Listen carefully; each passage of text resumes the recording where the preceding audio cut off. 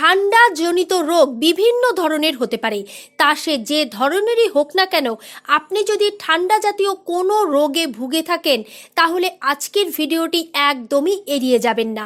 আজকের ভিডিওতে ঠান্ডাজনিত রোগ সারানোর এমন একটি উপায় আপনাদের জানাবো, যা সঠিকভাবে গ্রহণ করতে পারলে 3 থেকে 5 দিনের মধ্যেই ঠান্ডাজনিত যে কোনো ধরনের রোগ দূর করতে পারবেন। আর এটা হবে খুব আরামে, কোনো ধরনের পার্শ্ব প্রতিক্রিয়া ছাড়াই আপনার রোগ ভালো হয়ে যাবে। Hello viewers, welcome to my channel family limited. পরিবার ও স্বাস্থ্য বিষয়ক যে কোনো নতুন তথ্য সবার আগে পেতে চ্যানেলটি সাবস্ক্রাইব করুন।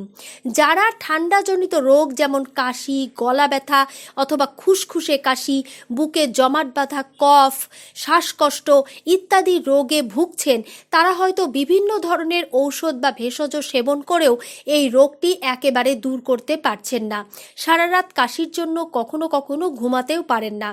এমন যদি হয়ে থাকে তাহলে আজকের দেখা উপায়টি আপনি দিনে মাত্র 2 বার গ্রহণ করুন। দিনে মাত্র 2 বার গ্রহণ করলেই আপনার এই রোগ একেবারেই ভালো হয়ে যাবে। এই উপায়টি গ্রহণ করার পাশাপাশি অবশ্যই আপনাকে কিছু নিয়ম মেনে চলতে হবে। সেই নিয়মগুলো আপনি যদি স্ট্রিক্টলি ফলো করতে পারেন এবং এই উপায়টি টানা 3 থেকে 5 দিন গ্রহণ করেন, তাহলে আপনার এই ঠান্ডাজনিত কফ, কাশি সে যতই দুরারোগ্য হোক না কেন তা একেবারেই নির্মূল করা সম্ভব। আর একটি বিষয়, অনেকেরই কোল্ড অ্যালার্জি থাকে। ঠান্ডা পানি দিয়ে গোসল করলে অথবা ঠান্ডা পানি বেশিক্ষণ ধরলে এই ধরনের সমস্যা হয়। এমনকি ঠান্ডা পানি খেলেও এই কোল্ড অ্যালার্জি, হাঁচি, কাশি হয়ে থাকে। কারো কারো ঠান্ডা থেকে র্যাশ, অ্যালার্জিও হয়। সে যাই হোক না কেন এই উপায়টির মাধ্যমেই তা সারাতে পারবেন। আর যে নিয়মগুলো আপনাদের ফলো করতে হবে তার মধ্যে প্রথমেই আছে, এই ঠান্ডাজনিত রোগে যারা ভুগছেন তারা এই শীতকালে সব সময় হালকা গরম পানি পান করবেন। কখনোই নর্মাল পানি বা কোল্ড ড্রিঙ্কস পান করবেন না। ঘন ঘন চা না খেয়ে বরং দিনে 2 বার গ্রিন টি বা মশলা টি খাওয়ার অভ্যাস করুন। দুধ চা একেবারেই পরিত্যাগ করুন। অতিরিক্ত দুধ জাতীয় খাবার খাবেন না। বিশেষ করে যে সকল মানুষের দুধে অ্যালার্জি রয়েছে, বিশেষ করে সরাসরি গরুর দুধ বা কাউজ মিল্কে যাদের অ্যালার্জি থাকে, তারা এই দুধ বা দুধ জাতীয় খাবার একেবারেই বন্ধ করুন। তেমনি অতিরিক্ত ঠান্ডার সময় খেজুরের রস বা খেজুরের গুড় অতিরিক্ত খেলেও কিন্তু কফ কাশি বেড়ে যায়। আবার আখের গুড় খেলে এই কফ কাশির পরিমাণ কমে যায়। কাজেই যারা শীতের সময় অতিরিক্ত পরিমাণে খেজুরের গুড় খাচ্ছেন বা কখনো খেজুরের রস খাচ্ছেন, তাদের বলবো এই খাবার আপনারা গ্রহণ করা বন্ধ করুন। এতে কিন্তু ঠান্ডাজনিত রোগ দূর করতে পারবেন না। ঠান্ডাজনিত রোগে যারা ভুগছেন তারা এই রেমেডিটি গ্রহণের পাশাপাশি অবশ্যই দিনে 1 বার থেকে 2 বার সারা গায়ে খাঁটি সরিষার তেল মাখার অভ্যাস করুন। সরিষার তেলের সঙ্গে খুব বেশি কিছু মেশানোর প্রয়োজন নেই। আপনি চাইলে রসুন, কালোজিরা বা অল্প পরিমাণে কর্পূর ব্যবহার করে একটি তেল প্রস্তুত করে নিতে পারেন। আর যদি এইসব না করেন তাহলে শুধুমাত্র বিশুদ্ধ তেল, যেটা আপনি নিশ্চিত যে 100% বিশুদ্ধ, এই রকম তেল অবশ্যই দেহে মালিশ করার চেষ্টা করুন। আপনি অবশ্যই এই তেল নাকে 3 ফোঁটা করে 2 বেলা দেবেন। 1 গোসলের আধা ঘন্টা আগে এবং 2 রাতে ঘুমানোর আগে। হাতে পায়ের তালুতে ভালো মতো সরিষার তেল মেখে ঘুমাতে যাবেন এবং গোসল করবেন।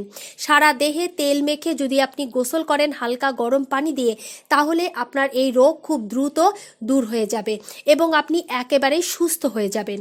ঠান্ডাজনিত রোগে ভোগা মানুষজনের জন্য এই সকল নিয়ম মানা ছাড়াও একটি গুরুত্বপূর্ণ টিপস হলো, অবশ্যই আপনারা প্রাণায়াম করার অভ্যাস করবেন। প্রাণায়াম কিভাবে করবেন? আপনি যে কোনো জায়গায় সোজা হয়ে বসে বা শুয়ে শ্বাস নেবেন, ধীরে ধীরে ধীরে ধীরে শ্বাস নেবেন এবং ধীরে ধীরে ছাড়বেন। শ্বাস নেওয়ার সময় আপনাদের খেয়াল রাখতে হবে আপনি নাক দিয়ে শ্বাস নেবেন এবং নাক দিয়ে যখন শ্বাস নেবেন সেটা বুক ভরে নেবেন।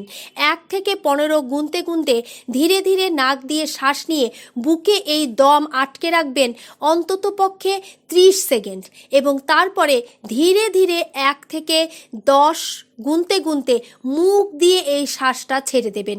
এইটা আপনি যদি সকালবেলায় এবং রাতে ঘুমানোর সময় 5 থেকে 7 মিনিট করে রোজ করতে পারেন, তাহলে যাদের তীব্র শ্বাসকষ্ট রয়েছে, যারা শ্বাসকষ্টের জন্য ইনহেলার ইউজ করছেন, তাদেরও এই রোগ প্রশমিত হবে। আর সেই সঙ্গে এই উপায়টি তো আপনারা অবশ্যই গ্রহণ করবেন। এই উপায়টি এবং এই নিয়মগুলি আপনাকে মাত্র 7 দিনের মধ্যেই পরিপূর্ণ সুস্থ করে তুলবে। এবারে দেখে নিন এই উপায়টি আপনারা কিভাবে গ্রহণ করবেন, কিভাবে প্রস্তুত করবেন। আপনারা দেখতেই পাচ্ছেন আমার হাতে পান পাতা রয়েছে। আমি 2টি নয়, মাত্র 1টি পান পাতায় একেবারে সেবন করব। একবার সেবনের জন্য একটি পান পাতা নিয়ে ভালো করে ধুয়ে নিন এবং এর বোটাটি ফেলে দিন। এর ভেতরে আপনাকে নিতে হবে 3টি তুলসী পাতা। তুলসী পাতা নেবেন, সেটা কালো তুলসী বা সাদা তুলসী, অর্থাৎ সবুজ বা খয়েরি লাল রঙের তুলসী যেটাই হোক না কেন, 3 থেকে 4টি তুলসী পাতা নিন। এর সঙ্গে নিতে হবে আপনাকে কাঁচা পেঁয়াজ, সেটা অর্ধেক পরিমাণ নিন এবং 3 থেকে 4টি কালো গোলমরিচ নিয়ে নিন। এই সবগুলো উপাদান একসঙ্গে নেওয়ার পরে এটা আপনাকে সেবন করতে হবে। বন্ধুরা, এই উপাদানগুলো আপনি যখন নেবেন তখন এগুলো যেন বিশুদ্ধ হয় এবং পরিষ্কার হয়। পেঁয়াজটি অবশ্যই কাটার পরে ধুয়ে নেবেন না। যখন খোসা সহ আপনি পেঁয়াজ নেবেন তখন এটাকে ধুয়ে নেবেন ভালো করে এবং এই খোসা ছাড়ানোর পরে আর ধোবেন না। পেঁয়াজ যখন খোসা ছাড়ানোর পরে বা কাটার পরে ধোয়া হয় তখন পেঁয়াজের গুণ একেবারেই নষ্ট হয়ে যায়। কাজেই পেঁয়াজ নেওয়ার সময় এই বিষয়টি মাথায় রাখবেন।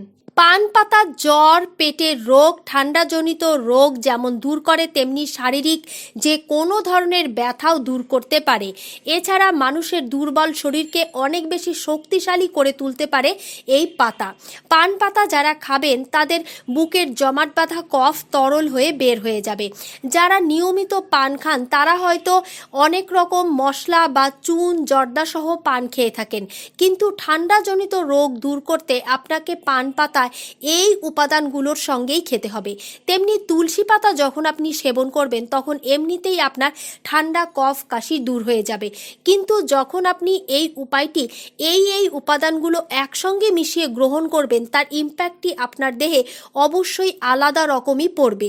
ভিন্নভাবে কেউ তুলসী পাতা, গোলমরিচ অথবা পেঁয়াজ খেয়ে থাকেন, তরকারিতে তো আপনারা পেঁয়াজ সবসময় খাচ্ছেন, কিন্তু এতে আপনার ঠান্ডা কাশি কতটুকু দূর হচ্ছে আপনি নিজেই বুঝতে পারছেন। আসল কথা হলো এই ঘরোয়া উপাদানগুলো আপনাকে একসঙ্গে গ্রহণ করতে হবে ঠান্ডা কাশি বা যে কোনো ধরনের বুকে জমাট বাঁধা কফ, শ্বাসকষ্ট দূর করার জন্য। এই উপাদানগুলো একসঙ্গে খাওয়ার কারণেই আপনার রোগটি দূর হবে। এই উপায়টি যদি কেউ চিবিয়ে খেতে পারেন তাহলে সবচেয়ে ভালো উপকার পাবেন। চিবিয়ে খাওয়ার সময় খুব ভালোভাবে চিবিয়ে খাওয়ার চেষ্টা করবেন।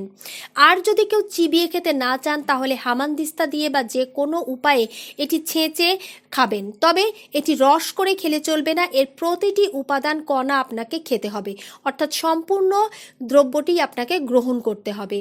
আর কখন খেলে সবচেয়ে ভালো কাজ হবে?